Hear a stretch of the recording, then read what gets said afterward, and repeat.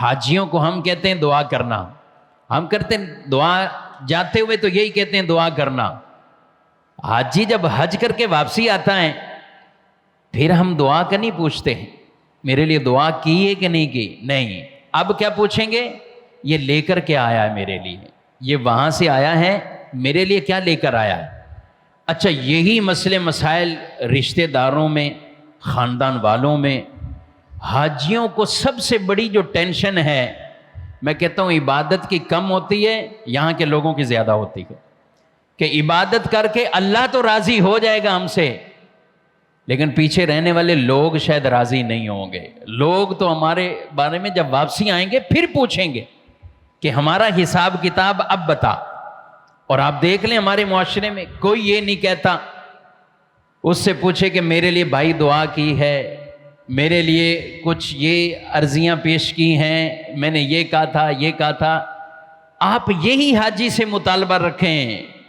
رسول اللہ صلی اللہ علیہ وسلم کی تو حدیث ہے، حاجی حج کر کے واپسی آتا ہے، حاجی حج کر کے واپسی آئے، فرمایا اسے گھر پہنچنے سے پہلے اس سے دعا کروا لو کہ جو مغفرت لے کر آ رہا ہے اللہ بھی اس کی بھی مغفرت کر دے گا جس کے لیے وہ دعا کر دے گا۔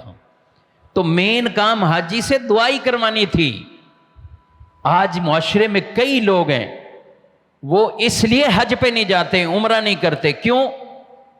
وہ کہتے ہیں بعد میں قوم کو کون سمجھائے گا، لوگوں کو کون سمجھائے گا۔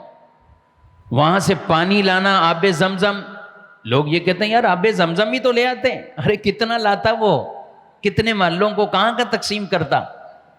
تو کبھی بھی حاجی کو میں اور آپ یہ ذہن بنا لیں ہم نے تکلیف نہیں پہنچانی، یعنی جو وہاں جانے والا ہے ہم اس سے کوئی تقاضا نہیں، بلکہ اوپر سے یہ کہنا چاہیے کہ آپ ان چیزوں سے توجہ ہٹا دیں۔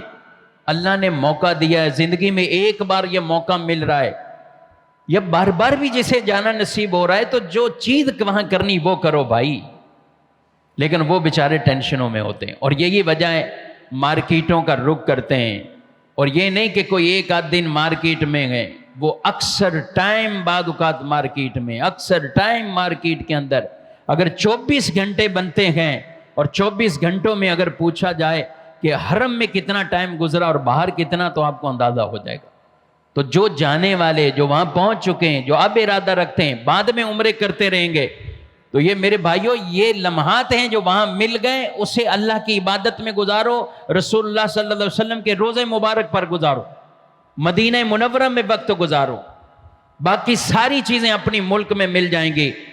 اور آپ دیکھیں گے تو ایک تعداد چیزوں کی یا کوئی چائنا سے آئی ہوں گی یا آپ کے ملک سے گئی ہوں گی، پاکستانی چیزیں آپ بنی ہوتی، تو یہی تلاش کرنی میرے بھائی، تو یہ سب چیزیں یہاں مل جائیں گی۔ جو چیز وہاں ہے، جو خاص وہیں ہے، وہ لمحات وہ زندگی میں بار بار نہیں آتے۔ تو اس لیے ان چیزوں میں ہمیں کوشش کرنی چاہیے، اپنے لوگوں کو الجھانا نہیں چاہیے۔ اور بالخصوص جن کے آپس میں رشتے ہیں، سسرال کے رشتے، بیٹیاں جہاں دی ہوئی ہیں، تو وہ بھی تانے دے دے کر اپنی بہو کو تانے دیتے ہیں، تمہارا والد گیا تھا کیا لایا تمہارے لیے؟ اچھا وہ دے بھی دے، یہ تمہارے لیے لایا نا، ہمارے لیے کیا لایا؟ ساس کے لیے کیا لایا؟ شوہر کے لیے کیا لایا؟ نند کے لیے کیا لایا؟ ارے خدا کے بندو اللہ کا خوف کرو، اپنے جو ایک عبادت تھی اس کو ایسا بنا دیا ہے کہ جس کی وجہ سے اب عبادت کی طرف توجہ کم ہے، لوگوں کو راضی کرنے میں لوگ زیادہ پڑے ہوئے۔ میں یہ نہیں کہتا تحفہ دینا لینا منع ہے، یا آپ تحفے تحائف دیں، کوئی ممانعت نہیں، اپنی راضی خوشی کوئی دیتا ہے، لیکن ڈنڈے کے زور پہ تحفہ لینا یہ کہاں سے ٹھیک ہو جاتا ہے؟ یا ایسی دھمکیاں دے کر دینا یا تانے دے کر تحفے لینا یہ کہاں سے ہو جائے گا؟ اگر اس نے کچھ دیا قبول کرو، نہیں دیا تو کوئی بھی دل میں ملال پیدا نہیں ہو سکتا ہے اس کے ساتھ مسائل ہو گئے ہو سکتا ہے اس کے ساتھ یہ معاملات ہوں، وزن بھی ایک محدود وزن وہاں سے لا سکتے ہیں، وزن بھی زیادہ نہیں ہو سکتا، دیگر چیزیں بھی نہیں ہو سکتی۔ تو ہم نے امیدیں لوگوں سے یہ پال کے رکھی ہوئی ہیں کہ جو واپسی آئیں گے تو پھر حاجی سے دعا کا نہیں بلکہ سامان کا پوچھنا ہے، لایا کیا ہے۔ اور اسی سے حجاج کرام وہاں ٹینشن میں رہتے ہیں، پریشانیوں میں رہتے گئے، ان کو ذہنی سکون پہنچائیں، ریلیکس کریں ان کو، آپ ہماری کوئی ٹینشن نہ لیں، بلکہ آپ یہ کام اس انداز سے اپنے جو عبادت کے کام ہیں انہیں سکون کے ساتھ وہ کریں.